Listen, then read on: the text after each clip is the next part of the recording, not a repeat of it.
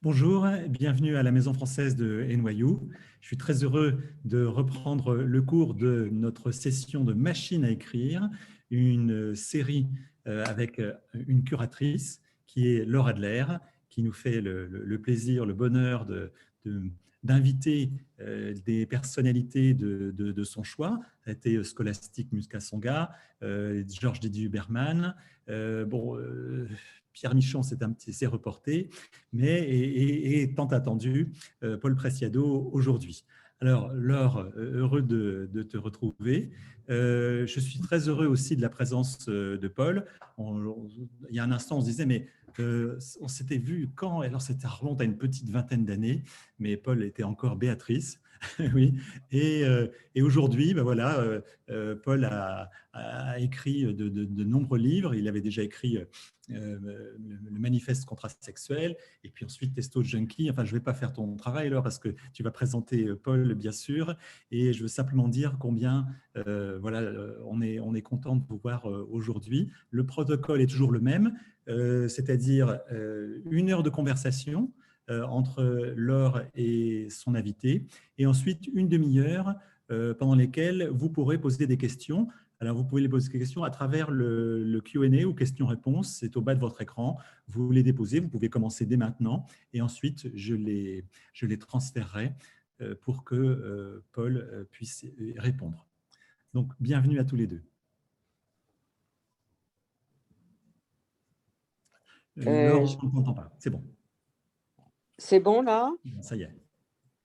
Merci François. Écoutez, c'est pour moi, et là je parle aux étudiantes et aux étudiants qui nous écoutent, c'est un grand honneur que de pouvoir converser avec Paul Preciado. Moi, je le connais depuis peu de temps, mais pour moi, ça a été une rencontre décisive. Je ne l'ai connu que sous le nom de Paul B. Preciado. Je ne l'ai pas connu Béatrice. Mais pour moi, c'est un penseur extrêmement important aujourd'hui pour différentes raisons.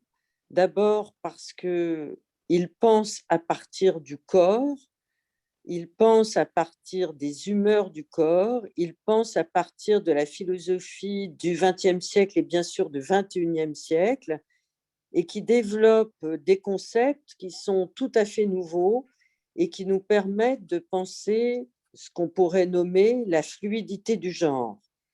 Il pense le sexe comme central à l'intérieur de notre vision du monde, et il déploie ce mot de sexe dans différentes acceptions. Et nous qui avons été nourris par ce qu'on appelle aux États-Unis la French Theory, c'est-à-dire Michel Foucault, Jacques Derrida et bien d'autres, qui nourrissent d'ailleurs aussi la pensée de Paul B. Preciado, eh bien pour moi, c'est un nouveau type de conception du monde qui est en train de s'élaborer du vivant même de son concepteur. Et ça, c'est assez rare à observer. Alors, pour essayer d'entrer directement au cœur de la cible de l'archéologie du raisonnement de Paul, je voudrais lui poser une question extrêmement bête. Qui êtes-vous là, juste au moment où vous parlez, Paul? Bonsoir tout d'abord, en fait, bon après-midi, et merci beaucoup en fait évidemment à la Maison française, à François, et aussi en fait à Laure Adler pour cette invitation. C'est pas la première fois qu'on parle ensemble, et c'est toujours vraiment très intéressant, un plaisir. Donc voilà, je suis très content. J'aurais préféré être à New York avec vous, Laure. Voilà, New York Moi aussi. nous manque terriblement, et en fait, je sais pas, en fait, quand je pense à ces questions, évidemment, je me trouve déjà à peu près au piège d'un contexte discursif. C'est-à-dire qu'en fait, quand vous commencez à parler, aussi bien François que vous, Laure, en fait, vous parlez immédiatement de qui j'étais avant. Et donc, du coup, en fait, je me trouve, en fait, je pense comme personne d'autre, en fait, ou comme certains, en fait, je dirais, en fait, comme uniquement les personnes trans, en fait, dans cette rhétorique, en fait, de l'avant et de l'après. Et c'est-à-dire qu'en fait, c'est à peu près comme si, moi, en m'adressant à vous, je vous disais avant, vous étiez X et maintenant vous êtes autre chose en fait. Et, euh, et donc, je ne sais pas, c'est-à-dire que je ne suis pas très intéressé par, paradoxalement, contrairement à ce qu'on pourrait imaginer, en fait, vu qu'en fait, j'étais caractérisé ou identifié comme une personne trans, je ne suis pas très intéressé par l'identité. Je ne suis pas très intéressé par est-ce que je suis. Mais semble que, par exemple, en fait, est-ce que je suis maintenant, c'est défini par les contextes des interdépendances, c'est-à-dire par les contextes des relations dans lesquelles nous sommes. Et donc, dans un contexte qui est extrêmement technifié pour le coup, puisque en fait, je vous vois, même si vous êtes à Paris, je vous vois qu'à travers un écran, mais évidemment, je suis aussi avec la matérialité d'une vie sur moi, c'est-à-dire que peut-être les gens qui sont connectés en fait vont entendre des ronflements. C'est pas moi qui ronfle, en fait, c'est qu'il y a un chien sur moi.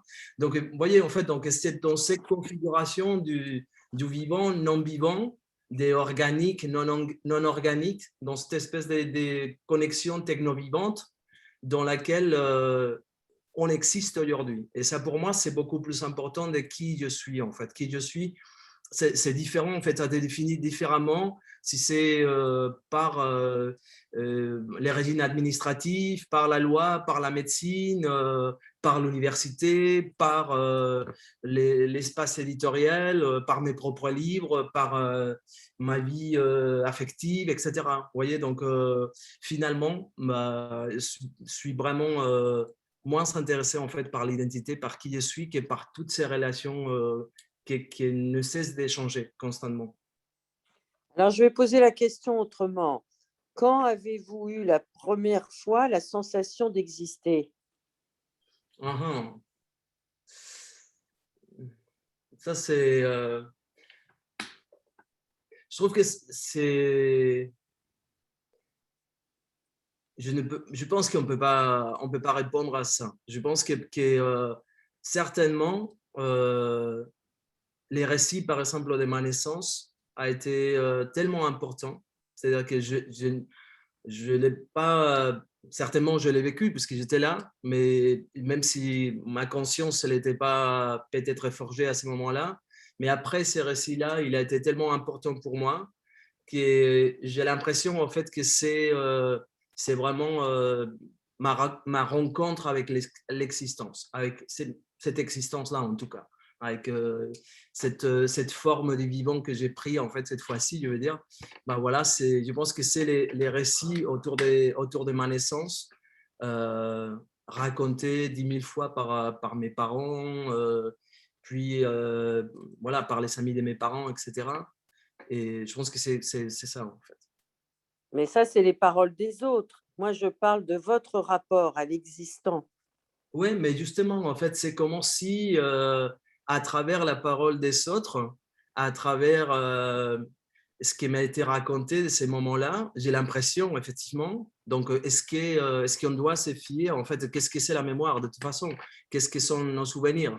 Donc, ces souvenirs-là, ils ont été partiellement construits par ces récits-là, mais aussi peut-être, en fait, à un moment donné, ils ont rencontré une partie de mon existence peut-être inconsciente. Mais c'est sûr que j'ai l'impression, effectivement, en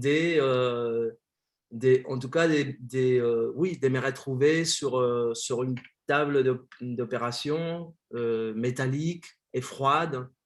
Et c'est encore, en fait, cette sensation, en fait, des froids et du métal que j'ai très souvent, en fait, comme une mémoire, comme une première mémoire de ma vie.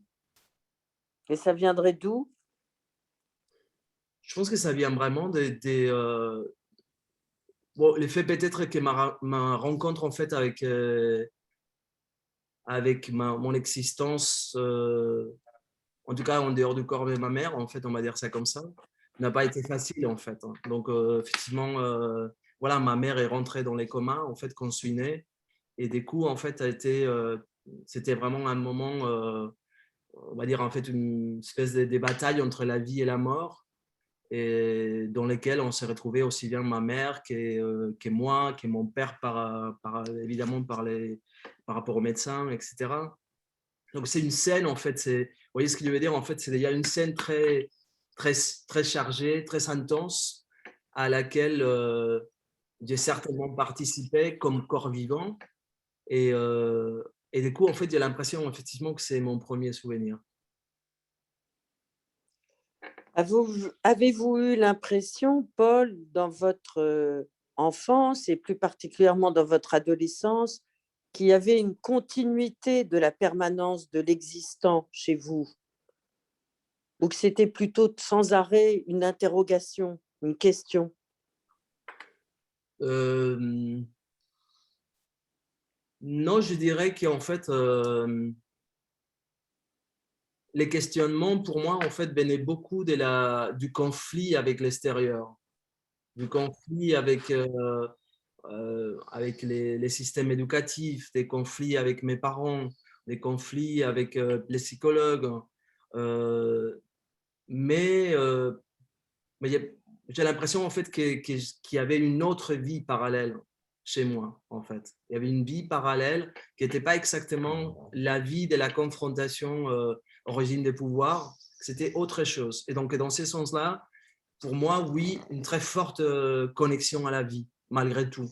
Malgré le fait, en fait, si vous voulez, en fait, que ma vie paraissait être niée par toutes les instances, en fait. C'est-à-dire comme si, à chaque fois, et dans ma famille, et dans l'institution éducative, et dans la société en général, puisque je suis né dans une Espagne encore franquiste, ma vie était impossible, mon existence était impossible. Et néanmoins, en fait, euh, il y avait bon, je pense que j'ai encore malgré tout, malgré les Covid par exemple maintenant, une espèce d'enthousiasme euphorique en fait, qui me relie à la vie.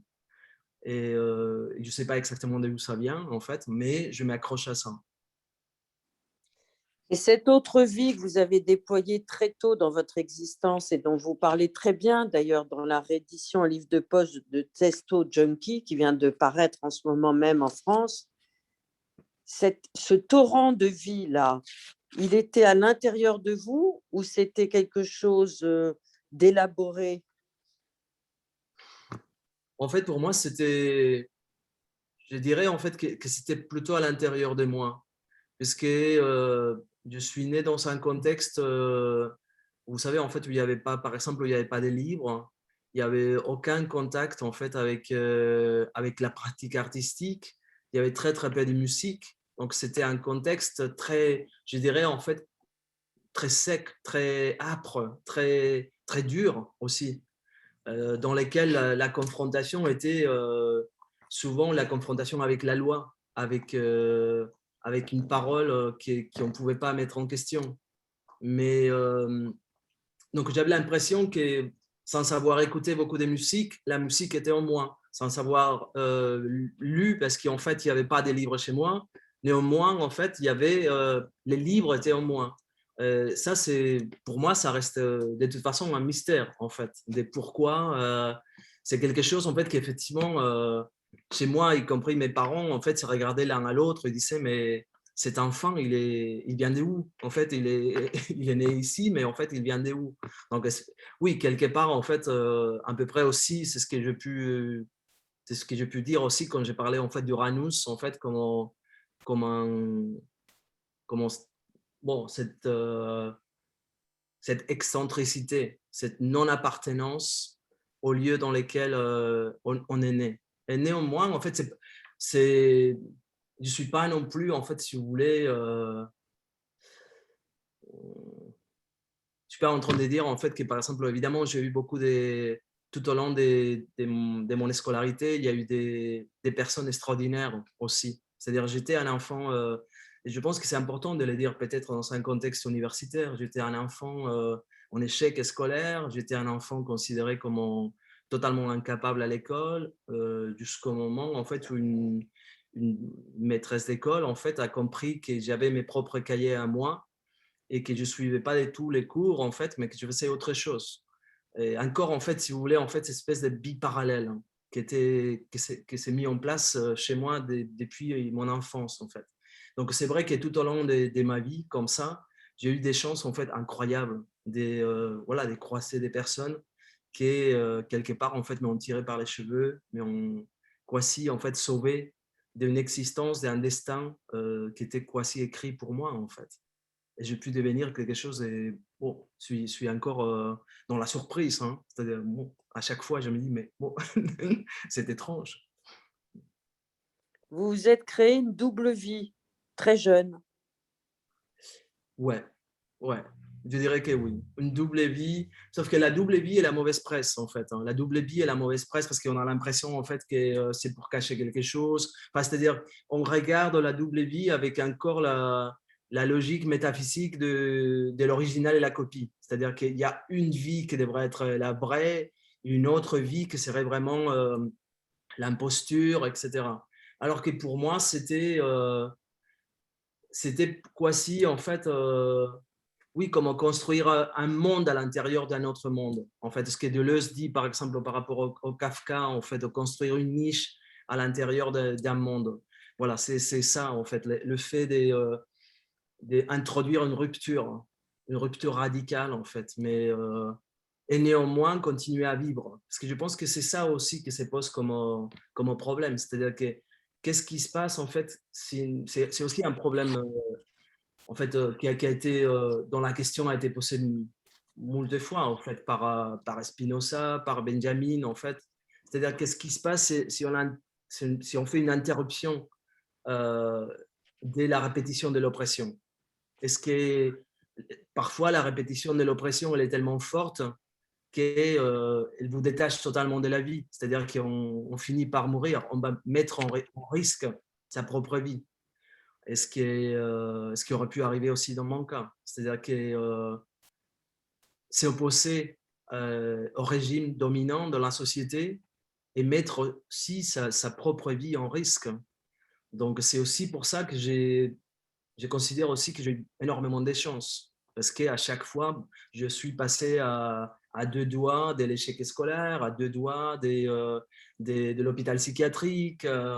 J'aurais pu finir, c'est pas, apatride. Enfin, voilà. Mais tout ça, quelque part, tout ça reste en moi. Je porte en moi aussi l'échec scolaire, l'hôpital psychiatrique, cette devenir apatride. En fait, tout ça reste comme une possibilité encore chez moi. Les autres vies que les vôtres constituent aussi votre personnalité.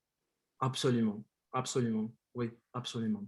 Et sans, oui, c'est pour ça qu'il y a cette question de l'identité que vous m'avez posée tout à l'heure. Je n'ai pas voulu répondre en fait, puisque c'est les réseaux des possibilités me semblent beaucoup plus intéressants que la réponse immédiate en fait apparemment qu'est-ce que je suis aujourd'hui, y compris en fait si vous voulez, bon, Béatrice, enfin tout à l'heure, maintenant vous savez que dans les mouvements trans, c'est assez mal vu en fait la mention de ce qu'on appelle les dead names, les noms morts en fait.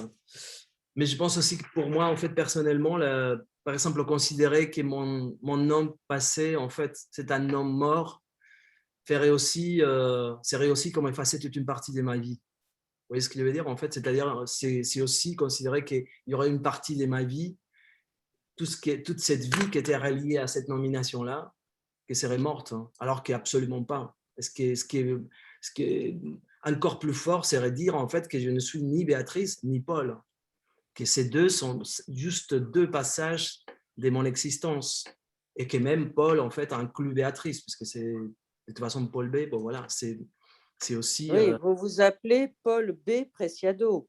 tout à fait. Bon, je m'appelle d'ailleurs en fait légalement, je m'appelle Paul Béatrice Preciado, puisqu'en fait je me suis battu avec, enfin battu autant qu'on peut se battre avec un juge, parce que voilà, la loi est quand même la loi. Et, mais en tout cas, voilà, j'ai lutté avec mon avocate en fait pour garder la nomination Paul Béatrice, alors que Béatrice est un nom à peu près, enfin, consacré par l'histoire de la littérature comme les noms féminins par excellence. Je pense qu'on peut pas. C'est vraiment, enfin, l'or est pas mal dans ces cas-là aussi. Je vais dire que c'est des noms en fait qui portent la féminité avec eux historiquement, donc c'est quand même. Et les juges voulaient absolument pas en fait me laisser porter les noms Paul Béatrice, parce qu'ils considéraient que Béatrice à côté de Paul était quand même une impossibilité, un non-sens en fait, un oxymoron quelque part. Et voilà, on s'est battu pour ça, et c'est mon nom, oui, c'est mon nom légal hein, sur mon passeport, ouais. Ça ne veut pas dire que vous ne deviendrez pas quelqu'un d'autre et que vous ne porterez pas un autre nom. Absolument. Vous avez tout à fait raison. Pour multiples raisons. C'est-à-dire qu'on ne sait jamais aussi. Hein. C'est-à-dire l'histoire de la transformation, du changement des normes, mais c'est quelque chose qui me fascine totalement. C'est-à-dire que c'est quelque chose qui n'est pas uniquement présent en fait dans les micropolitiques trans, mais c'est aussi quelque chose de très présent aussi, par exemple, dans l'histoire juive. C'est quelque chose de très présent aussi dans l'histoire de l'esclavage et du marronnage et de la libération des esclaves. C'est-à-dire que, bon, voilà, c'est les normes, évidemment, quelque chose d'absolument crucial et important. Et donc, encore aujourd'hui, je suis encore fasciné et émerveillé, en fait, de m'appeler Paul et d'être appelé comme ça par les gens, en fait. Et c'est quelque chose qui me produit une jouissance politique extraordinaire, en fait. Alors, c'est ce que j'ai essayé de dire maladroitement au début de notre entretien vis-à-vis des étudiantes et des étudiants, c'est que pour moi, vous êtes l'incarnation d'un philosophe qui ressentait au plus profond de lui-même des changements dans différents champs disciplinaires, que ce soit la philosophie et une partie d'entre elles, la métaphysique, la politique des corps, la médecine, justement tout le problème néocolonial. Vous brassez des concepts très différents les uns les autres, mais vous réussissez à les penser à la fois séparément et collectivement parce que vous êtes porté par une pensée de l'archéologie du corps. Alors, je voudrais qu'on revienne à ce livre qui avait été publié il y a quelques années, qui s'intitulait « Un appartement sur Uranus ».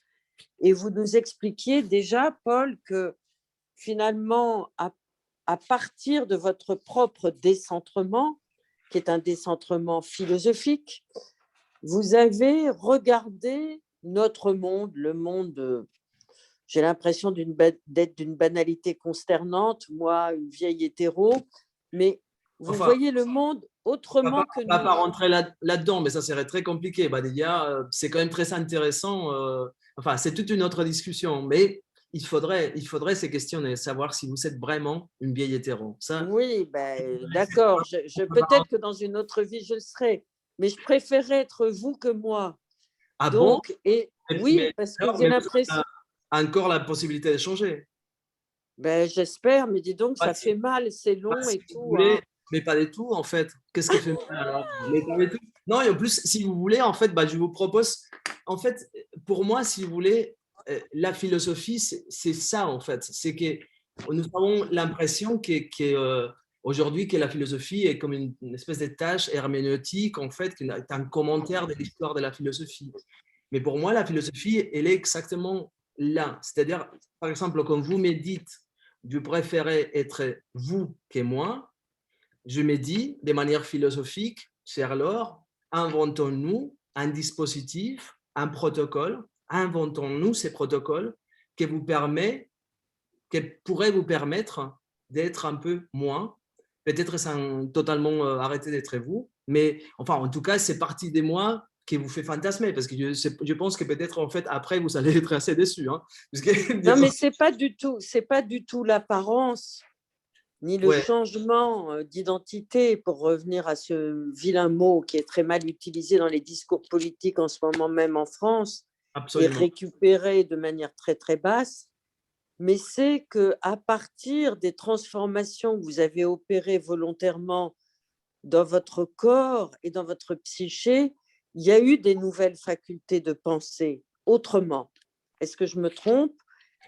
En fait, non, vous ne vous trompez pas, mais je pense, je ne dirais pas des nouvelles facultés de penser, parce que ça laisserait entendre en fait que, par exemple, la transformation à travers la testostérone pourrait développer en fait quelque chose que je n'avais pas avant, alors que ce n'est pas exactement ça. C'est-à-dire que les changements que j'ai introduits, je dirais plutôt dans ma subjectivité que dans mon corps. Parce que, ce que je voudrais souligner, c'est que les corps, de toute façon, aussi bien les vôtres que les miens, est une entité techno-vivante connectée à la technologie. C'est-à-dire qu'en fait, il n'y a pas une subjectivité, enfin un corps naturel, qui serait les corps on dit aujourd'hui les corps cis par rapport au corps trans, c'est-à-dire un corps assigné femme ou homme à la naissance qui reste un corps femme ou homme. Et là, on imagine ces corps comme quelque chose de naturel. Alors, on imagine aussi que le corps trans est un corps modifié par la technologie. Alors, je voudrais d'emblée finir avec cette distinction et dire en fait qu'il y a une transversalité des techniques de production et des contrôles du corps qui vont en fait qui opèrent sur tous les corps. C'est-à-dire une fille de 12 ans aujourd'hui, elle est probablement plus impactée par les technologies hormonales que moi.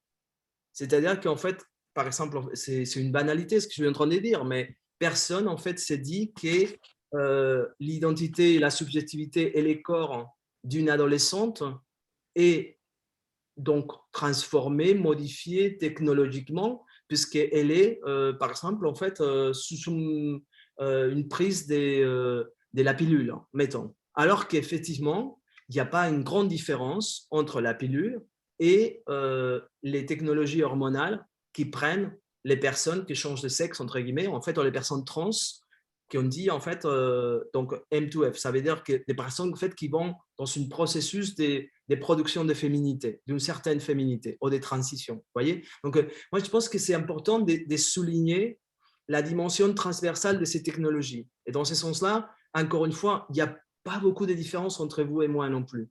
Parce qu'en fait, la seule différence, à la limite, c'est que d'une part, les technologies auxquelles je fais appel, moi, comme toutes les personnes trans, en fait, sont régulées fortement par l'État et aussi… Juridiquement, oui. Absolument, juridiquement, et sont aussi, en fait, sous l'emprise d'un discours psychiatrique très imprégné, encore d'une rhétorique scientifique extrêmement patriarcale et misogyne aussi, que nous savons hériter évidemment du patriarcat colonial à partir du XVe siècle, en fait, et qui s'est cristallisé entre le XVIIIe et XIXe siècle, et qui persiste aujourd'hui comme les langages dominants pour parler de la sexualité et du corps. C'est ça qui est terrifiant. C'est-à-dire qu'en fait, pour moi, la grande question, en fait, c'est comment c'est possible qu'aujourd'hui,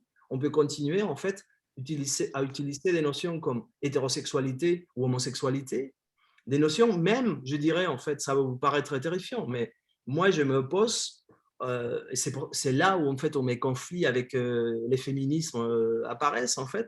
Si vous voulez, je m'oppose, en fait, à la nomination masculin-féminin à la naissance.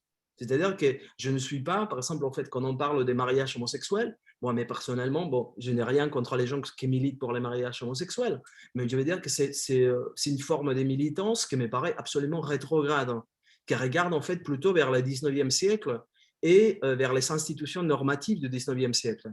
Alors qu'en fait, je pense que nous sommes dans un moment, je dirais, un des moments les plus importants de l'histoire, pas uniquement parce que nous sommes vivants, mais aussi en fait parce que nous sommes en train de vivre aujourd'hui même, en fait, un changement, une mutation épistémologique. Et ça, c'est quelque chose, en fait, qui arrive, bon, on va dire, en fait, ça dépend historiquement, mais en fait, on pourrait dire que la dernière mutation épistémologique très profonde, en fait, est arrivée entre le 15e et le 17e siècle. Et c'est celle qui a donné lieu, en fait, à la colonialité, au capitalisme moderne tel qu'on les connaît, aux notions de différences sexuelles, aux notions y compris scientifiques, des différences raciales, au modèle de l'État-nation, etc. Donc, cette épistémologie-là, à l'intérieur de laquelle fait sens la notion de masculinité et de féminité, la notion aussi d'hétérosexualité et d'homosexualité, les notions aussi des différences raciales et ethniques, cette épistémologie-là est en train de s'effondrer, de collapser. Mais ce n'est pas simplement de collapser, ça veut dire qu'en fait, nous vivons dans les ruines, en fait, pas uniquement de capitalisme, comme on dit très justement Anna Singh, mais aussi dans les ruines de cette épistémologie-là. C'est-à-dire que nous essayons de construire, de bricoler notre identité avec des débris, en fait, mais vraiment, c'est des briques et des brocs qui viennent en fait du 15e siècle, du 16e siècle, du 17e siècle, du 18e siècle, avec évidemment aussi des nappes qui sont toujours là, un peu comme des… vous voyez, en fait, comment c'est des grosses croûtes, en fait, la croûte fondamentale dans la production de langage sur la subjectivité étant effectivement les discours psychanalytiques et psychologiques, auxquels vous savez que je me suis opposé de différentes manières. Je sais que vous êtes par ailleurs très proche en fait à certains discours psychanalytiques, et je trouve aussi, enfin, je ne suis pas totalement, si vous voulez, contre les discours ou les pratiques psychanalytiques, mais je trouve que c'est très important aujourd'hui d'inventer des nouveaux discours, des nouveaux langages, des nouvelles grammaires qui ne sont pas psychologiques ou psychanalytiques pour parler de la sexualité, des affects, du domaine aussi des relations en fait, et du corps. Puisque jusqu'à maintenant, en fait, si vous voulez, entre le 15e siècle et le 17e siècle, nous étions en train de parler de cette énorme mutation.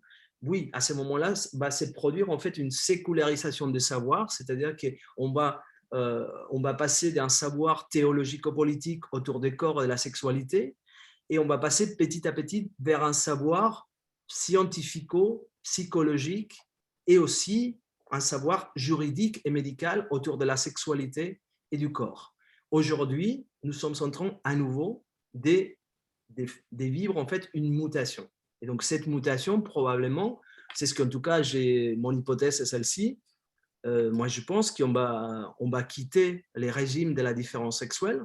Celui-là, en fait, qui avec toute certitude jusqu'à maintenant, nous a fait penser qu'il n'y avait que des hommes et que des femmes. Et nous allons rentrer, éventuellement, en fait, bon, ça pourrait aussi prendre, par exemple, si on pense au 15e siècle, en fait, à comment les régimes de la différence sexuelle s'est mis en place, ça a pris 2 siècles. Donc, bien, aujourd'hui, je pense que ça va se faire beaucoup plus rapidement, notamment en fait pour la dimension globale et technologique en fait des productions des connaissances et des savoirs. Mais éventuellement, je pense en fait qu'on pourrait entre 50 et 70 années en fait à partir de maintenant, c'est-à-dire que peut-être, bon, voilà, malheureusement, ni vous ni moi, nous allons jouir en fait d'un régime non binaire, mais je pense qu'en fait, nous sommes en train de muter vers un régime, une épistémologie des corps et de la sexualité non binaire. Alors, on va revenir sur cette révolution que vous annoncez dans vos différents textes, et puis on va revenir aussi sur ce texte important que vous avez publié il y a très peu de temps, qui s'intitule « Je suis un monstre qui vous parle », qui était en fait une conférence devant des psychanalystes qui vous avaient proposé de parler de psychanalyse, et vous avez saisi l'occasion pour justement vous affronter à toute la théorie psychanalytique, et notamment aux théories de Freud, qui par définition a fait de la sexualité féminine un continent noir. Mais je voudrais d'abord revenir à Anna Singh, que vous avez tout à l'heure mentionné, et je voulais revenir à votre appétit philosophique qui vous permet, dans différents registres, d'articuler une pensée pour pouvoir comprendre ce que nous sommes en train de vivre, et nous ne savons pas que nous sommes en train de le vivre.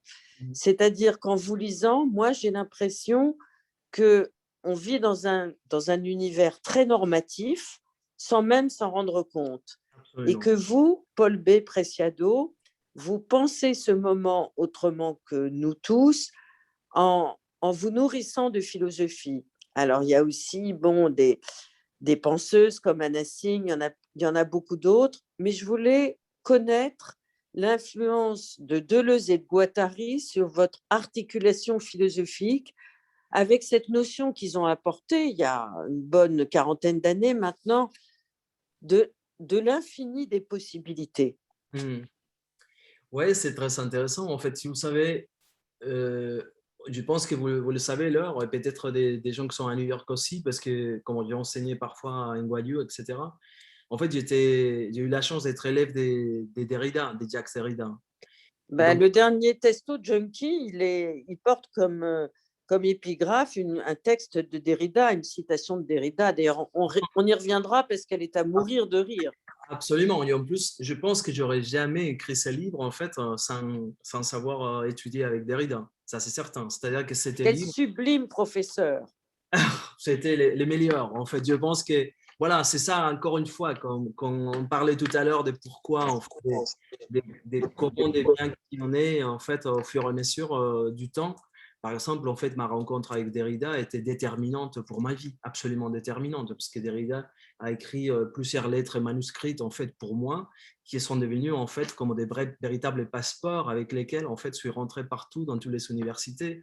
Donc, c'était vraiment encore jusqu'aujourd'hui, si vous voulez, bon, là vous ne la voyez pas, mais c'est une photo que j'ai tout le temps à côté de mon bureau, en fait, c'est la photo de Derrida, puisque pour moi, c'est vraiment, en tout cas philosophiquement, c'est un père d'adoption, avec tous les problèmes du père, évidemment. Mais même si, et je pense que c'était quelqu'un d'éminemment féminin aussi, et qui n'avait pas, je pense, une attitude par ailleurs très, très patriarcale. Mais bon, ça, c'est une autre conversation.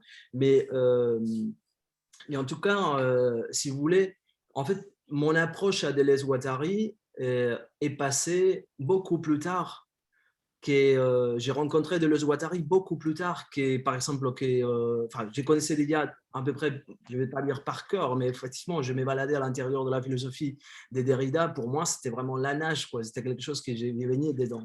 Alors, Deleuze Guattari, vous savez, en fait, la relation conflictuelle qui est liée un peu Derrida et Deleuze à l'époque, en fait, et Deleuze c'était déjà mort, mais en tout cas, c'était ou venait de mourir en tout cas, hein, et je me souviens en fait d'avoir essayé parfois de discuter avec Derrida ou de lui avoir posé des questions sur Deleuze, et souvent en fait vraiment il me disait non mais ça c'est pas très intéressant, plutôt Saint-Augustin, plutôt ceci, voilà. Donc Deleuze il était vraiment absolument pas intéressé, donc ça produit l'effet chez moi, effectivement, que je me suis quand même très éloigné vraiment de Deleuze, et suis revenu à Deleuze beaucoup plus tard, en fait, je pense par l'architecture, puisqu'en fait, je fais un doctorat en architecture, donc du coup, effectivement, il y avait une telle fascination, notamment en fait par les mauvaises lectures des architectes, en fait, autour de Deleuze, en fait, qui sont fascinés par les plis, en pensant que les plis étaient effectivement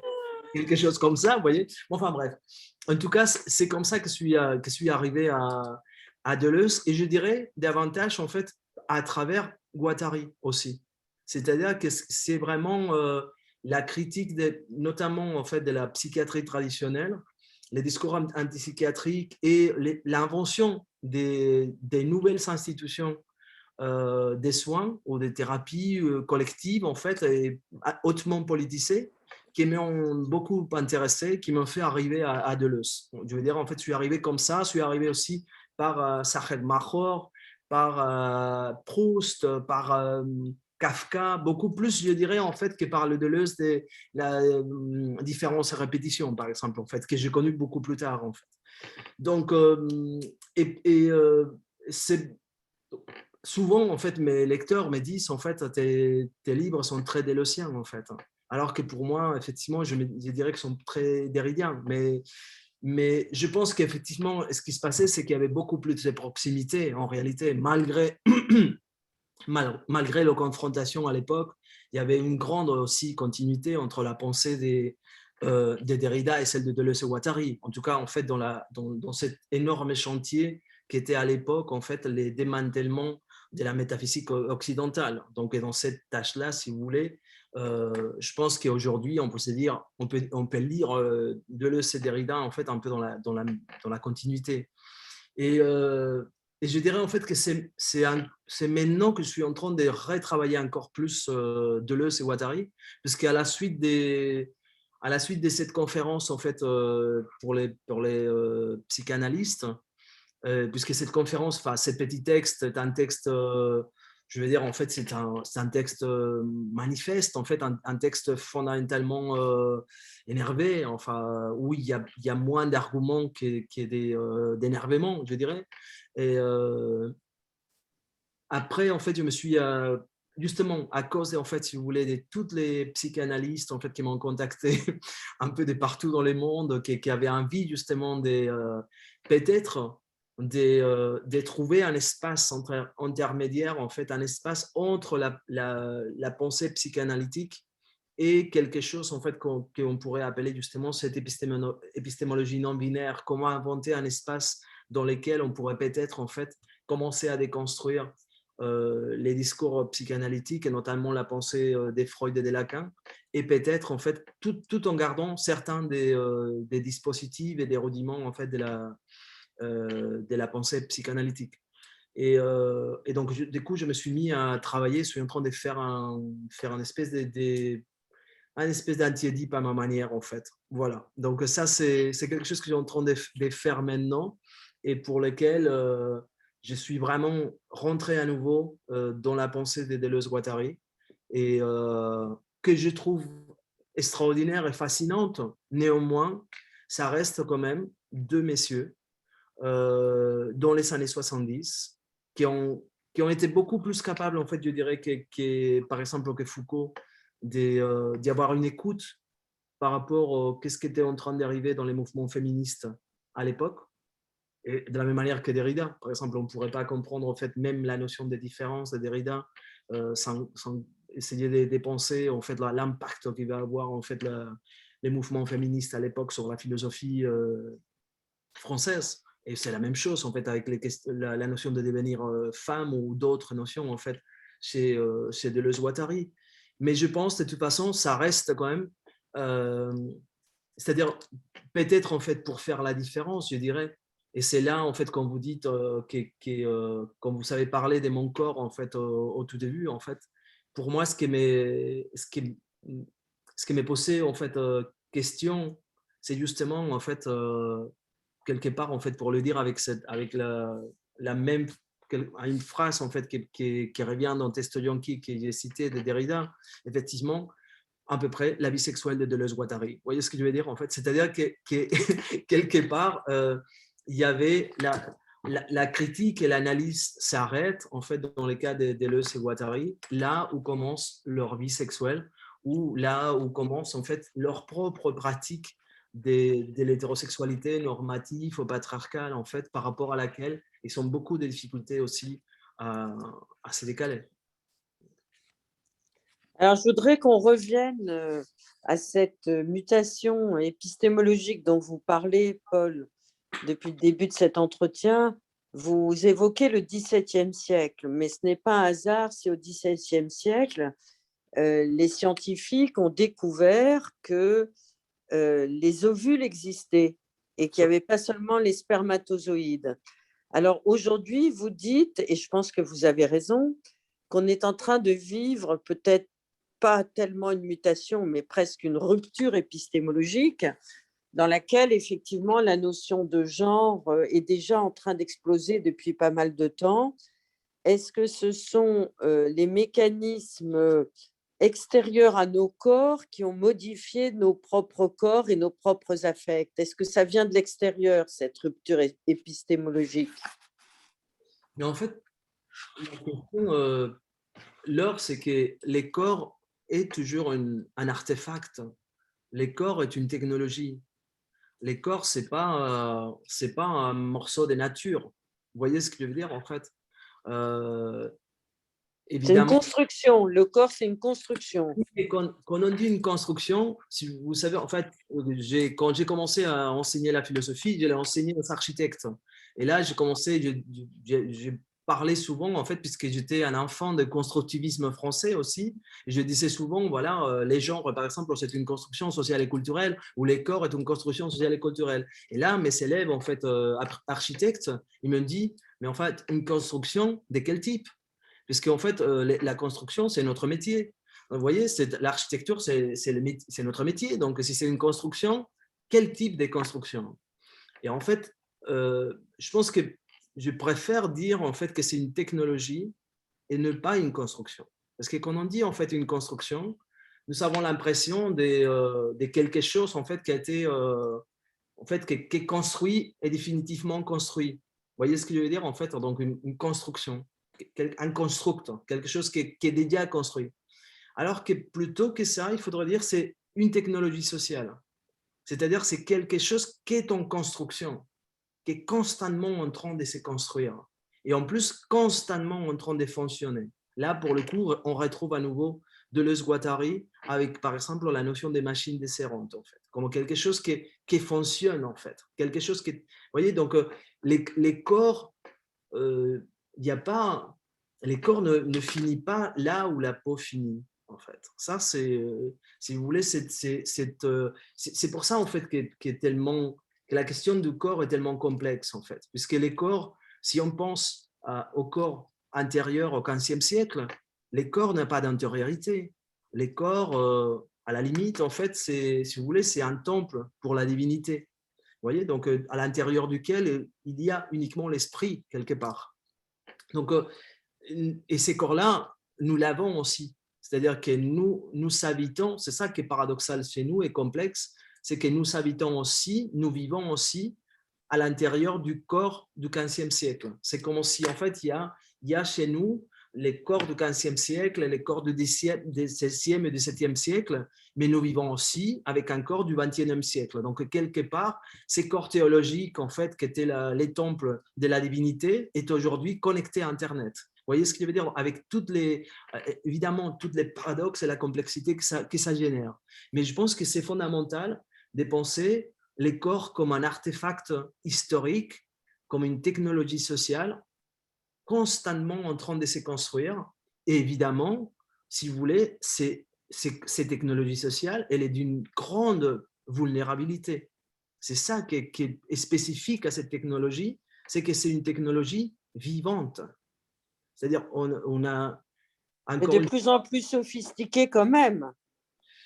je dirais, en fait, toute technologie sociale est très sophistiquée. Par exemple, en fait, bon, le chamanisme est une technologie sociale très sophistiquée qui fait appel à d'autres discours, d'autres régimes de visibilité et d'invisibilité très différents aux nôtres. Vous voyez ce que je veux dire? Là, par exemple, pour vous voir, je vais besoin en fait d'un écran, de me connecter à un réseau électrique. Bon, bah, si nous étions peut-être dans un régime chamanique ou animiste, peut-être nous serons en contact uniquement à travers l'ingestion d'une boisson. Et nous serions en train de parler. Vous voyez ce que je veux dire en fait? C'est-à-dire que quand on dit très sophistiqué, moi je ne suis pas très sûr en fait qu'on soit très sophistiqué. Moi je pense qu'en fait on n'est pas très sophistiqué. On est plutôt. Enfin, moi j'ai laissé il n'y a pas longtemps un essai de Virginia Woolf sur le cinéma où en fait elle va au cinéma et elle est très surprise en fait parce que c'est le moment de début du cinéma. Donc elle s'est dit voilà, tout a été inventé sauf quelque chose de nouveau, c'est-à-dire un écran dans lequel il se passe des choses. Et face à ça, nous sommes comme des primitives. Elle dit des primitives, elle utilise une notion assez coloniale. Elle dit, voilà, nous sommes des primitives face à quelque chose. On fait comme de temps avec une technologie qu'on ne connaît pas très bien. Et je pense que c'est un peu la même chose que nous arrive aujourd'hui avec les technologies digitales. C'est-à-dire qu'en fait, vous faites comme ça, mais vous ne connaissez pas grand-chose de ce qu'il y a derrière. Donc, nous ne sommes pas très loin d'une espèce de techno-chamanisme, en fait, dans lequel, bon, voilà, vous faites confiance à un bouton rouge, au vert, ou, vous voyez.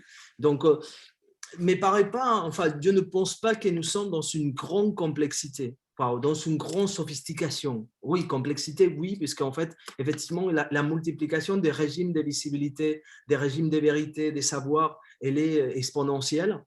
Mais qu'on soit très sophistiqué, moi, je pense que la sophistication, ou plutôt malheureusement la sophistication, elle est des côtés de la fabrication des technologies nécropolitiques, des technologies de la mort. C'est-à-dire que c'est ça, et dans ce sens-là, en fait, je suis encore très proche par exemple, des Gunther Anders ou des penseurs en fait, qui ont parlé en fait, de notre incapacité à connaître les technologies qu'on utilise. Et donc, justement, à la manière non sophistiquée avec laquelle on utilise soi-disant des technologies très sophistiquées. Et commençons par les corps lui-même en tant que technologie sophistiquée. C'est-à-dire que, en fait, si vous voulez, par exemple, on ne peut pas dire en fait que nous sommes en train d'arriver, de voyager en Mars ou de vivre en fait sur une station spatiale avec un corps du XVe siècle.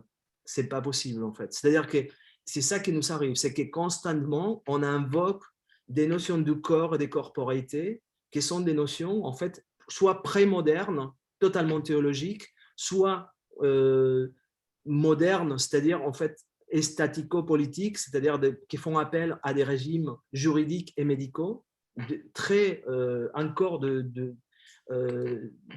presque de la Renaissance, en fait, alors que, en fait, les corps contemporains, et donc dans ces sens-là, aussi bien les vôtres que les miens ne sont pas plus contemporains que les vôtres, c'est-à-dire c'est exactement la même chose. Par contre, en fait, la différence, c'est que vous croyez encore, en fait, à un corps naturel. Vous savez, en fait, encore moi, je ne crois pas que, de toute façon, que vous, Laura Adler, vous croyez au corps nature, mais je veux dire, en fait, que ce qui nous entoure, c'est tout un ensemble des techniques, des naturalisations du corps, c'est-à-dire qui font justement oublier la dimension artefact, la dimension technologique de la corporalité, du vivant. Mais vous dénoncez la pharmacologie, toxicologie qui s'insinue malgré nous à l'intérieur de notre propre corporéité. C'est pas que je la dénonce, hein. Si vous voulez, c'est que vous la rendez visible. Voilà, je la rends visible en tout cas, mais je la dénonce pas dans le sens où c'est, si vous voulez, en fait, les régimes des constructions et des productions de corps du 19e siècle étaient un régime, que Foucault a appelé disciplinaire, un régime par lequel, ou dans lequel les corps et la subjectivité étaient produites par un ensemble des institutions qui souvent étaient des architectures institutionnelles assez puissantes, extérieures, à l'intérieur duquel on faisait passer les corps, c'est-à-dire soit l'école, soit l'espace domestique, soit la prison, soit la caserne, etc. Bien, ce qui s'est passé, c'est qu'à partir des années 50, c'est-à-dire à partir des transformations technologiques qui sont arrivées aussi avec la Deuxième Guerre mondiale, on a inventé toute une série de nouvelles technologies de production du corps et de la subjectivité. Et ces technologies sont biomoléculaires, sont chimiques, fondamentalement chimiques, et elles sont aussi des technologies des communications, aujourd'hui, numériques. Vous voyez, donc à cet ensemble de technologies, je les ai appelées pharmacopornographiques, c'est-à-dire pour penser la subjectivité sexuelle, puisqu'ils sont cette dimension moléculaire et sémiotechnique. Mais voilà, je ne dénonce pas. Bon, évidemment, on pourrait dénoncer, et encore une fois, je pense que les contextes planétaires qu'on vit aujourd'hui avec les Covid, évidemment, ne fait que mettre en évidence cette dimension pharmacopornographique, puisqu'en fait, finalement, notre réalité quotidienne aujourd'hui consiste effectivement à bien nous protéger ou être vaccinés par rapport à un virus, en fait, et tout ça, en fait, sous la direction, effectivement, des comités scientifiques et pharmacologiques, et aussi à passer notre temps sur Internet. Quand je dis pornographique, je ne dis pas uniquement, en fait, dans la modalité de la consommation sexuelle. Et ce que je dis, en fait, c'est que la production sémiotechnique de cette image, c'est-à-dire l'image que je reçois de vous et celle que vous recevez de moi maintenant, est une image tout à fait pornographique. C'est-à-dire, je reçois un grand plan de vous, c'est-à-dire ça pourrait être vraiment une image pornographique, ça serait la même. Et n'oublions pas de toute façon que cette technologie-là, qu'on partage aujourd'hui, a été fondamentalement inventée autour des années 90, en fait, si on pense à la Genicam, en fait, à comment les travailleuses et les travailleurs sexuels ont commencé à se filmer eux-mêmes dans les contextes domestiques pour envoyer cette image, en fait, en tant que marchandise sexuelle qui pouvait être achetée par quelqu'un qui visionnait cette image à distance. Vous voyez, donc, ce dispositif-là, les contextes de Covid ne fait que souligner, c'est-à-dire que plus que jamais, nous sommes devenus, pendant cette crise, en fait, des consommateurs, des producteurs pharmacopornographiques. Aussi bien, en fait, et là, je ne dis pas, il y a aussi effectivement la dimension de comment la sexualité a été médiatisée aussi à travers, en fait, la distance sociale, en fait, à travers l'impossibilité, effectivement, des rencontres, qui ne fait que souligner encore une fois, qui accroître cette dimension numérique, ces transformations numériques de la sexualité. Donc, c'est ce que j'appelle les devenirs pharmacopornographiques du travailleur contemporain. Alors, je ne voudrais pas ôter le temps à vos étudiants qui ont beaucoup de questions à vous poser. Il me reste quelques minutes, donc je vais vous poser 2 questions rapides. Pensez-vous, Paul, que nous allons vers une civilisation de l'effacement de la binarité du masculin et du féminin? Si je peux vous répondre, je pense que… Alors, il y a plusieurs réponses. Une réponse philosophique, c'est-à-dire épistémologiquement, sans doute. C'est-à-dire que la prise de conscience de la dimension historiquement et culturellement et technologiquement construite de la différence sexuelle est aujourd'hui irréversible. C'est-à-dire ça, à partir de cette prise de conscience, c'est comme un moment, si vous voulez, hegelien, un moment de conscience de soi. Ça, à partir de ce moment-là, on ne pourra en fait qu'aller dans un régime qui sera conscient de sa propre dimension construite, combien même soit un régime binaire, c'est-à-dire que… Oups, Laure, je vous ai perdu. Non, c'est parce que j'ai presque plus de batterie. J'ai presque plus de batterie. Je vais aller me recharger. Vous voyez qu'on est en pleine technologie, pharmacologie, toxico, porno, là. J'ai besoin de ma batterie. Connectez-vous, branchez-vous. Oui, oui. Électrifiez-vous, chère Laure. Parce que sinon, je vais vous perdre. Mais bon, en tout cas, je vous disais que pour moi, c'est sans doute en fait que ces régimes, même dans des conditions, c'est-à-dire si nous rentrons de plus en plus dans des sociétés, je dirais en fait néopatriarcales ou technopatriarcales, dans lesquelles on va réinscrire et renaturaliser la différence sexuelle, cet acte de réinscription ne pourra qu'être lu politiquement. Chose que, vous voyez ce qu'il veut dire en fait. Et donc ça, c'est déjà irréversible. Dans les meilleurs des cas, nous serons dans les prochaines 50 années en train à prendre une décision collective ou un ensemble de décisions collectives pour commencer à comprendre en fait vers quel régime de vérité et quel régime de visibilité. Je vais me brancher. J'arrive. Mais je rigole, mais c'est trop. Mais vraiment, nous sommes là, mais vraiment, c'est devenu un road movie, cette histoire. Voilà, je me branche. Vous êtes branchés? Oui. Très bien. Donc voilà, oui. Peut-être on va… De toute façon, on voit qu'il est 10 heures ici en France. Oui. Oui, il est 10 heures en France, mais j'ai une dernière question. Alors, je vais vous la poser, Paul. Après, je vais vous écouter discuter avec les étudiants. C'est la question que va poser un intervieweur à Jacques Derrida. On en parlait tout à l'heure. C'est ce que vous avez mis en exergue de la réédition en poche de Testo Junkie. Alors, la question, je vous la pose. Si vous pouviez voir un documentaire sur un philosophe, sur Heidegger, Kant ou Hegel, qu'est-ce que vous désireriez voir dedans? Réponse de Paul B. Preciado. Moi, je voudrais voir en fait tous les moments d'échec dans leur écriture en fait et dans la fonction de leur pensée, y compris en fait toutes les idées en fait qui ont décidé de mettre de côté, d'écarter parce qu'ils ont pensé que peut-être n'étaient pas justes. C'est ça qui me ferait plaisir en fait. C'est voilà. Je livre la réponse de Jacques Derrida, qu'il parle de leur vie sexuelle. Ça, c'était notre cher Jackie. Voilà, il a dit ça. Ouais, c'était notre cher Jackie. Bon, ben François, c'est à toi. Alors, je vais vous suivre tout à l'heure. Merci beaucoup. Merci infiniment, Paul. Merci. Merci, Laure. Merci beaucoup. Merci beaucoup.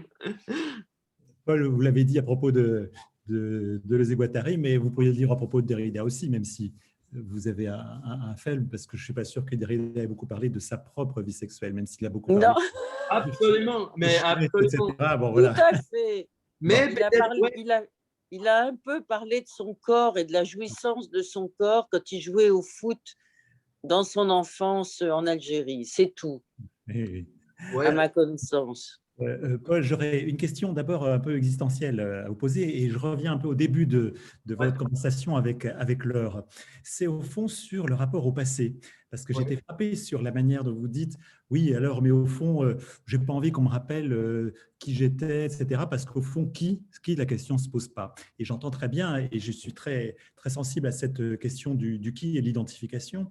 Mais alors, est-ce que votre manière de penser la fluidité du soi ne fonctionne pas sur, au fond, un idéal de la réinvention permanente. Quand je dis un idéal, ça peut être aussi un fantasme, hein, c'est-à-dire, bon, voilà, je ne suis pas ce que j'étais, je ne suis pas encore ce que je serai, je ne suis pas, je suis en quelque sorte comme dans une espèce d'indétermination permanente, même si je suis conditionné par voilà, ce que vous avez dit, par la technique, par la doxa, etc.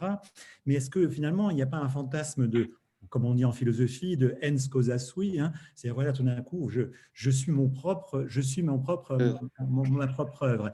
Et donc, du coup, la question que je vous pose, qui est la même au fond, c'est comment vous pensez la continuité du soi, c'est-à-dire, bon, qu'est-ce qui vous rattache, parce que voilà, vous n'êtes pas né il y a 5 minutes, et comment vous pensez voilà, comment vous pensez cette question de la continuité?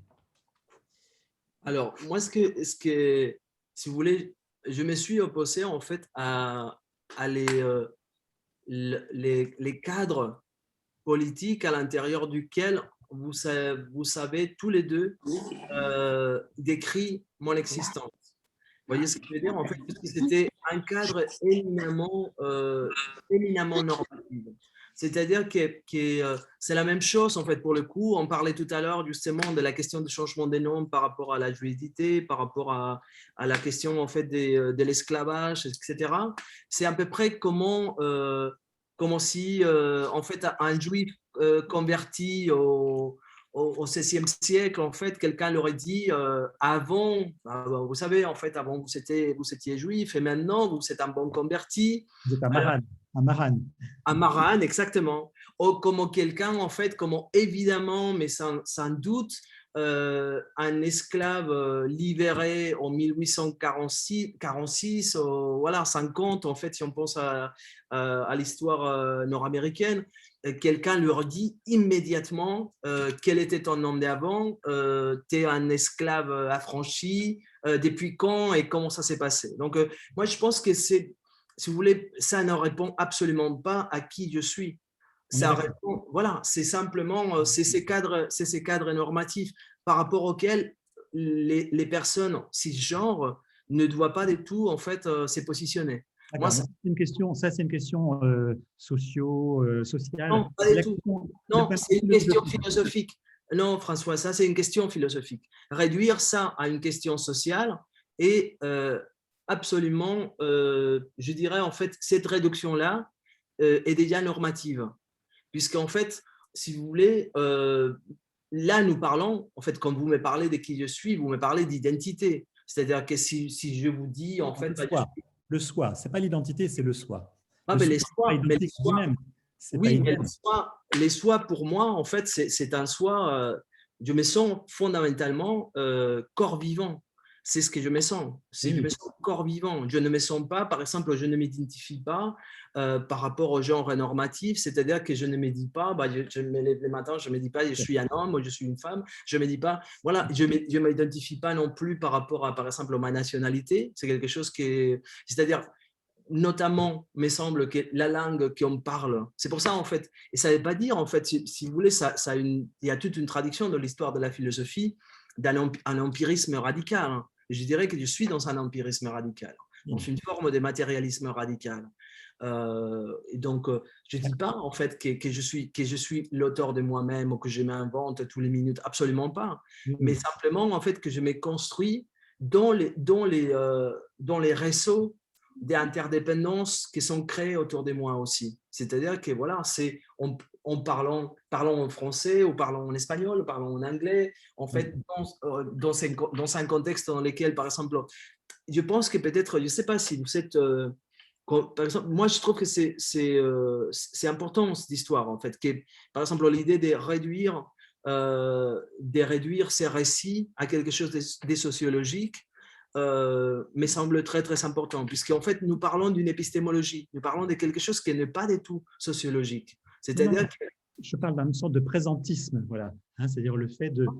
Mais c'est pas du tout un pressentisme, parce que justement, c'est une des raisons pour lesquelles je n'ai pas renoncé, je n'ai pas voulu, en fait, si vous voulez, laisser de côté mon nom Béatrice, par exemple, à un moment donné, c'était justement parce que je voulais refuser aussi cette injonction à être né les jours, en fait, où on va avoir sa nouvelle identité sexuelle de genre. Vous voyez ce que je veux dire? Donc, non, pour moi, cette histoire, elle est très importante, mais c'est une histoire qui ne commence pas uniquement, y compris en fait avec moi. C'est une histoire encore plus longue, encore plus large que moi. C'est une histoire, et dans cette histoire-là, ce qui m'intéresse moi personnellement, c'est les traditions dissidentes, les traditions des résistances à la norme, les traditions des pensées subalternes.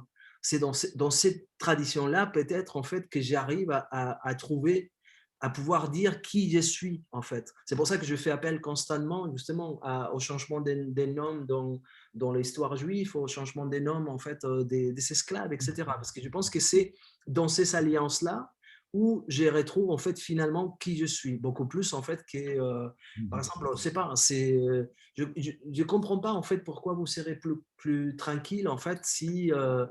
ou par exemple aussi, pourquoi la question de qui je suis est tellement importante dans mon cas, beaucoup plus que dans d'autres cas. Vous voyez ce que je veux dire, en fait? Vous, François, vous n'êtes pas constamment, en fait, assedié par des gens autour de vous en train de vous dire, en fait, mais qui êtes-vous? Qui êtes-vous, François? Qui êtes-vous? Vous voyez ce que je veux dire? Parce qu'en fait, qui êtes-vous apparaît comme quelque chose, comme une fiction de stabilité, comme une fiction de normalité. Alors que peut-être pas du tout, François, peut-être aussi, vous êtes aussi dans la stabilité que moi, en fait. Je ne sais pas poser la question. Ensuite, la question que je voudrais poser, parce que j'entends très bien et je suis très sensible à cette manière de déjouer continuellement la fixation du qui, de l'idem, voilà, de l'identité. Et je voudrais justement vous poser la question dans le contexte aujourd'hui de la multiplication des caractérisations des catégories par leur orientation sexuelle et au fait que, tout en se référant à Foucault, eh bien, on a l'impression que tout un courant, qu'on va appeler LGBTQ, etc., en fait, va exactement à l'inverse de ce que disait Foucault dans la volonté de savoir, et où il se méfiait continuellement justement de la fixation, de la nomination d'une identité et d'une catégorie. Et il me semble que ce qui fait, je crois, la force aussi de votre pensée, c'est que justement, vous êtes continuellement en train de déjouer cette identification. Et qu'est-ce que vous avez à dire sur, malgré tout, ces catégories qui permettent aussi, quand même, malgré tout, une forme de reconnaissance, hein, mais qui peut-être effectivement tombe dans le piège de la catégorisation? Effectivement, c'est très complexe. D'abord, je voudrais dire en fait que peut-être, puisque je ne voudrais pas du tout sanctifier la pensée de Foucault. Moi, je pense qu'il faut que Foucault a été absolument fondamental pour penser l'histoire de la sexualité, y compris l'histoire d'émancipation des mouvements contemporains. Mais en même temps, aujourd'hui, je pense que nous sommes en mesure aussi de prendre des distances critiques par rapport à Foucault. Et c'est très important, me semble. Vous voyez ce que je veux dire? En fait, que nous sommes peut-être dans un moment un peu différent que les années 80, 90 où Halperin faisait sans Foucault, quelque chose comme ça. Aujourd'hui, on peut poser des petits problèmes. En tout cas, il y a aussi des points aveugles en fait à l'intérieur de la pensée de Foucault. Et il me semble aussi que cette résistance foucauldienne, elle n'était pas uniquement une résistance par rapport à la, si vous voulez, en fait, à l'extension du régime des savoirs en fait sur la sexualité. C'était aussi une résistance par rapport à sa difficulté de nomination, notamment parce qu'il ne faut pas oublier que Foucault était fondamentalement au placard en France. Dans un contexte aussi de l'école française, enfin l'école de France, etc. Donc, je pense que le Collège de France, pardon, et du coup, je pense que je ne pense pas que nous pouvons regarder ce qui se passe, ce qui se passe aujourd'hui en fait dans les politiques, les micro-politiques contemporaines, uniquement avec la pensée de Foucault. Parce que je pense qu'il y a eu vraiment y compris en fait à l'intérieur du féminisme, à l'intérieur des mouvements anticoloniaux, à l'intérieur des mouvements aussi trans en fait, qui ont ajouté beaucoup, je pense, qui ont beaucoup complexifié, tout le mouvement queer en fait a beaucoup complexifié aussi les politiques d'identité, et qui me semble en fait plus pertinent de regarder ça dans ces tensions-là. C'est-à-dire, est-ce que c'est passé par exemple la différence qu'il y a par exemple en fait entre la pensée aussi des Frantz Fanon et des militants contemporains des Black Lives Matter. Il y a effectivement les formes, la manière de faire la politique et les formes des productions de visibilité sont très très différentes. Et, mais je dirais, bon, personnellement, je trouve absolument délétère, en tout cas c'est mon point de vue, je trouve la fragmentation et la renaturalisation des identités à l'intérieur des mouvements des dissidents sexuels, je trouve que c'est un effet rétroactif quelque part de la taxonomie normative de la modernité. Mais que nous sommes, et je pense aussi, me semble intéressant aussi, c'est que dans ce moment des mutations épistémologiques et des transformations des régimes de vérité, effectivement, il y a aussi des moments, c'est comme un moment de cristallisation en fait. C'est ce qu'on disait tout à l'heure, il y a des ruines, il y a des fragments, mais certains fragments sont d'une solidité, d'une cristallisation qui est vraiment, ils sont comme des rochers, vous voyez. Et je pense que ce qui se passe aujourd'hui en fait autour y compris en fait des formes de crispation, je dirais surtout à l'intérieur des mouvements des dissidences sexuelles et mouvements des minorités sexuelles. C'est-à-dire que il me semble en fait que par exemple parfois dans une critique du langage dominant, dans une critique aussi de la loi ou des institutions, c'est encore pertinent parler par exemple d'hétéronormativité, mais il me semble encore moins pertinent commencer, si vous voulez, à rentrer dans une violente bataille autour de savoir en fait si l'identité lesbienne, l'identité butch, l'identité trans, si on est plus ou moins trans que si on est butch ou lesbienne. Oui, je trouve que personnellement, me semble en fait que c'est encore des cristallisations naturalistes, essentialistes. Voilà. Et c'est pourquoi votre travail philosophique est très important. Alors, Paul, là, je m'inscris aussi beaucoup, en fait, si vous voulez, je pense que la personne qui a plus en fait travaillé dans ces lignes-là, c'est vraiment Judith Butler, qui je pense, enfin, et d'autres aussi, comme José Esteban Muñoz, comme Teresa Lorrain, etc. Donc, même si c'est justement l'inverse, par exemple, que dans le dernier livre d'Éric Marty, Le sexe des modernes, c'est exactement l'inverse qu'il lui reproche, en opposant à Judith Butler et du coup à ces catégorisations des versions beaucoup plus fluides comme le neutre barthésien, mais bon, ça sera un autre débat. Paul, j'ai une question à vous poser personnelle. Ouais. Oui. J'aimerais savoir si vous n'avez pas peur de devenir ou d'être devenu un symbole.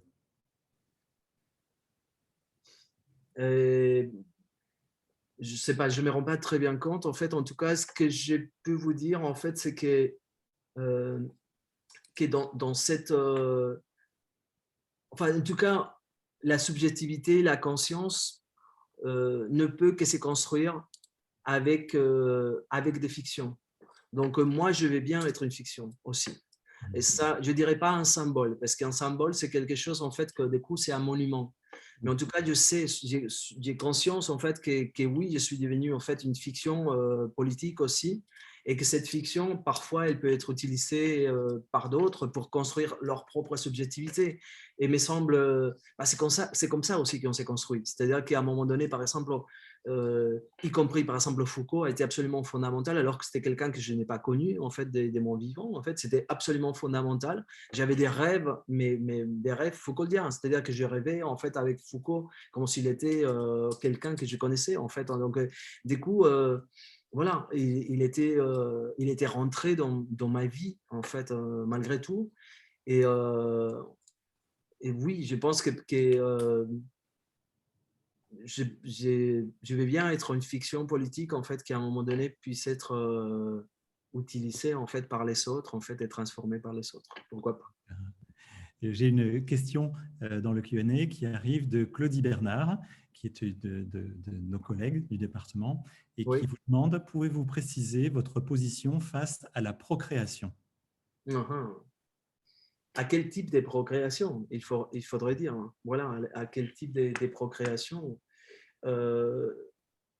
En fait, bon, je pense que je ne suis pas intéressé personnellement en fait par la reproduction sexuelle ou enfin je dirais y compris peut-être par la reproduction tout court, même si je pense qu'elle est mal nommée, la reproduction sexuelle, puisqu'il n'y a pas des reproductions sexuelles, il y a des productions sexuelles. Est-ce que ce serait plus juste en fait de dire. Après, il me semble que c'est un débat absolument crucial, en fait. Celui-là des transformations, des techniques, des productions et des reproductions de la vie. Et donc, dans ce sens-là, voilà, je peux aussi me trouver par moments dans des agencements, des constructions d'autres formes de reproduction du vivant. Et ça me semble important. Si les débats se posent en fait autour des questions des procréations assistées, des PMA, etc., moi je pense que je l'ai déjà dit dans une partie de mes textes, en fait, d'une part, je pense que beaucoup de ces questions changeront radicalement à partir du moment où on sortira d'un régime d'une épistémologie du sexe binaire. C'est-à-dire que si on s'est trouvé dans une configuration non binaire, radicalement non binaire, probablement une grande partie de ces questions arrêteront de se poser de la manière dont on les pose aujourd'hui. Aussi par rapport, par exemple, à la question de l'hétérosexualité, homosexualité, etc. Je pense que toute forme de reproduction est technologiquement assistée, puisqu'en fait, toute forme de sexualité est une technique sociale inventée, et donc est une institution. Et donc, dans ce sens-là, les techniques hétérosexuelles est aussi assistées que la PMA. C'est-à-dire qu'il s'agit simplement des techniques différentes. Et donc, du coup, moi, je pense qu'il faudrait justement, il nous faudrait faire comme une espèce de grand parlement du vivant dans lesquels, en fait, on pourrait commencer à parler collectivement de comment on peut réguler, en fait, ces techniques de production et de reproduction de la vie. Ces questions, en fait, se posent aujourd'hui de manière très, très intense aussi, par exemple, à l'intérieur du mouvement trans, où, puisqu'il y a de plus en plus, en fait, des jeunes de plus en plus jeunes qui commencent, en fait, à avoir des processus de transition. On parle aujourd'hui beaucoup, par exemple, de conserver ces ovules, son spermatozoïdes, ces spermatozoïdes, en fait, pour des enfants qui ont 14 ans, en fait, et qui sont des enfants trans. Donc, c'est des questions qui vont être absolument fondamentales. Et il me semble, en fait, qu'elles pourront être les mêmes, c'est-à-dire que parfois, on a l'impression que ces questions des techniques assistées se posent uniquement pour les couples lesbiennes, pour les couples trans, pour les personnes seules ou non hétérosexuelles, pour les personnes considérées traditionnellement comme handicapées. En fait, on dirait aujourd'hui avec diversité, des formes de diversité fonctionnelle ou cognitive. Mais je pense en fait qu'encore une fois, comme on disait tout à l'heure par rapport à la question du corps avec l'or, en fait, ces techniques sont transversales. Elles coupent en fait la totalité du corps social. Et donc, il faudrait commencer en fait à se dire comment on veut, par exemple, qu'est-ce qu'on veut faire collectivement de nos cellules, qu'est-ce qu'on veut faire de nos cellules, puisque aujourd'hui, on sait qu'il n'y a pas uniquement que les cellules, soi-disant traditionnellement considérées en tant que reproductives, qui sont capables de reproduction. Donc, la question, en fait, va se poser justement.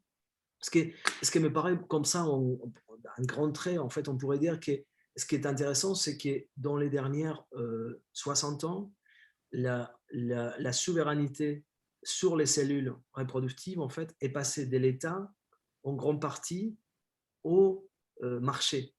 C'est-à-dire qu'il y a été, en fait, il y a un processus, si vous voulez, en fait, de mercantilisation des cellules vivantes, des cellules reproductives.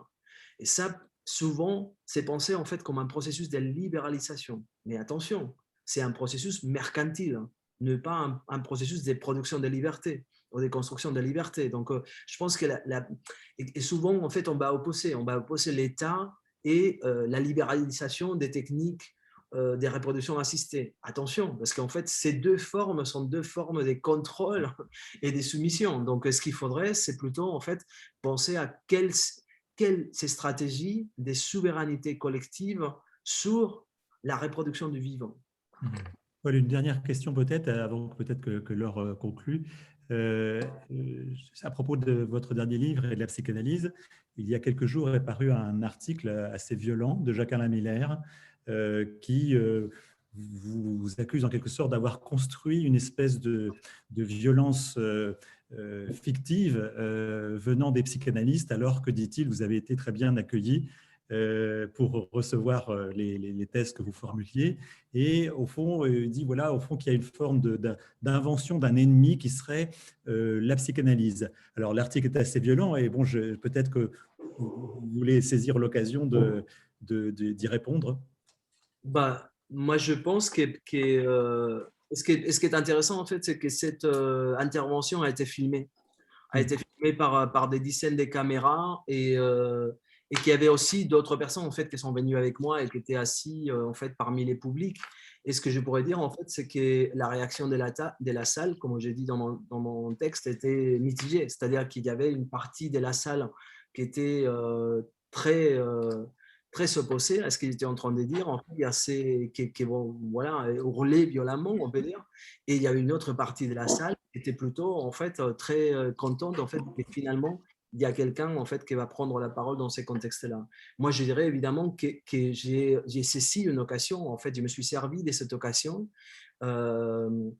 Il me semblait que je ne pouvais pas en fait me présenter face à cette assemblée des psychanalystes en fait, tout simplement pour faire une conférence, un entretien ou quelque chose d'autre en fait, mais que c'était vraiment comme, si vous voulez, c'était une occasion aussi historique et que j'étais là pas uniquement en tant que Paul Preciado en train de parler, mais qu'en fait, si vous voulez, et c'est ce que je fais dans ces petits textes en fait quelque part, c'était que j'étais là en fait comme porté par toute une tradition des résistances au discours psychanalytique. Et je pense que je suis suffisamment...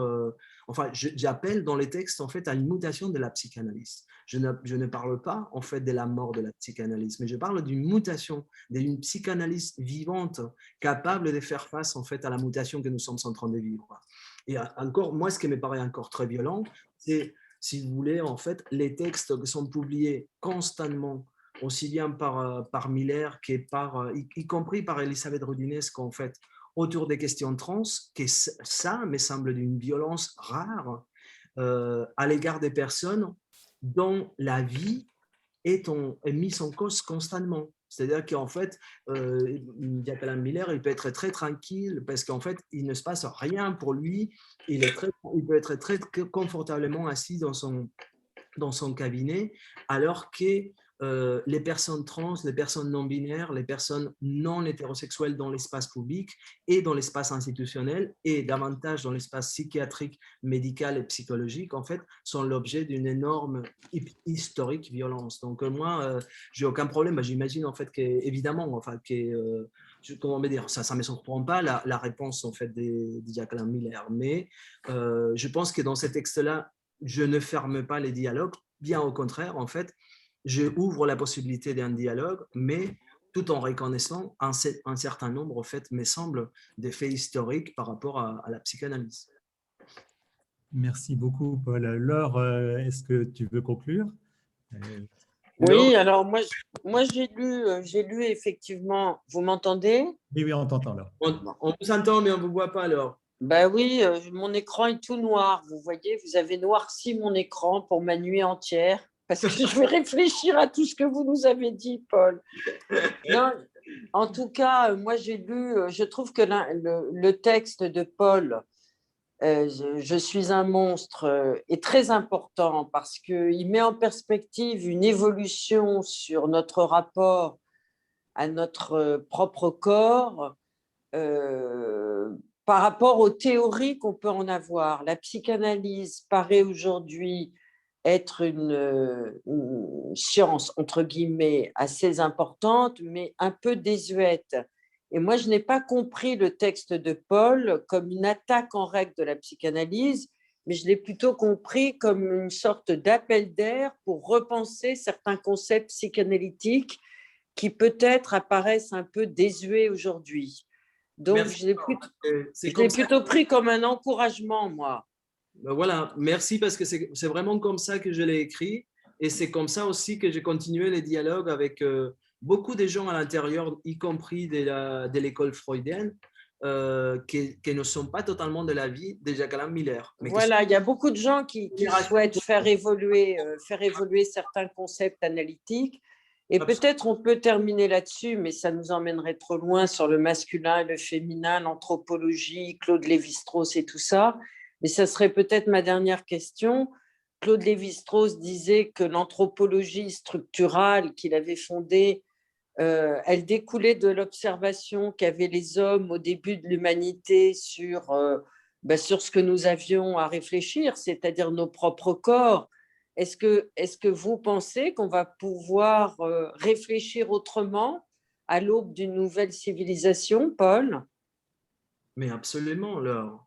Mais nous sommes en train de réfléchir, mais les lieux de production de réflexion ne sont pas les mêmes.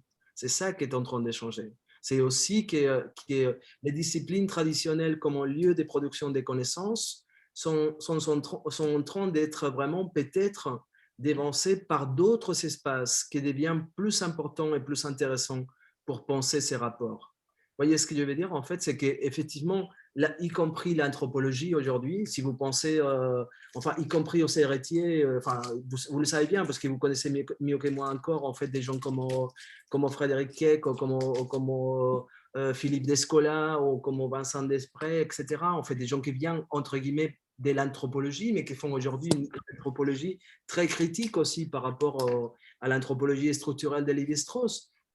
Et je dirais, ça, c'est qu'une génération, mais la génération peut-être encore plus jeune, en fait, va faire peut-être une anthropologie de manière très différente, en fait. C'est-à-dire que peut-être ne se fera pas, y compris, en fait, dans l'université ou y compris dans les espaces académiques traditionnels. Donc, je suis totalement convaincu. C'est simplement que les lieux de production des savoirs et des connaissances vont changer. Merci beaucoup, Paul. J'espère qu'on continuera cette conversation. J'espère aussi. Merci beaucoup. Je suis désolé, en fait, parce que j'ai l'impression que, que quelque part, vous êtes… nous sommes en contact avec Laure, mais qu'elle rentre et elle sort des cadres, en fait. Moi, je vois le petit chat. Oh, ça y est, ça repart. Je vous embrasse et je remercie Paul, François et tous les étudiants. Merci, François. Ça y est, c'est tout noir.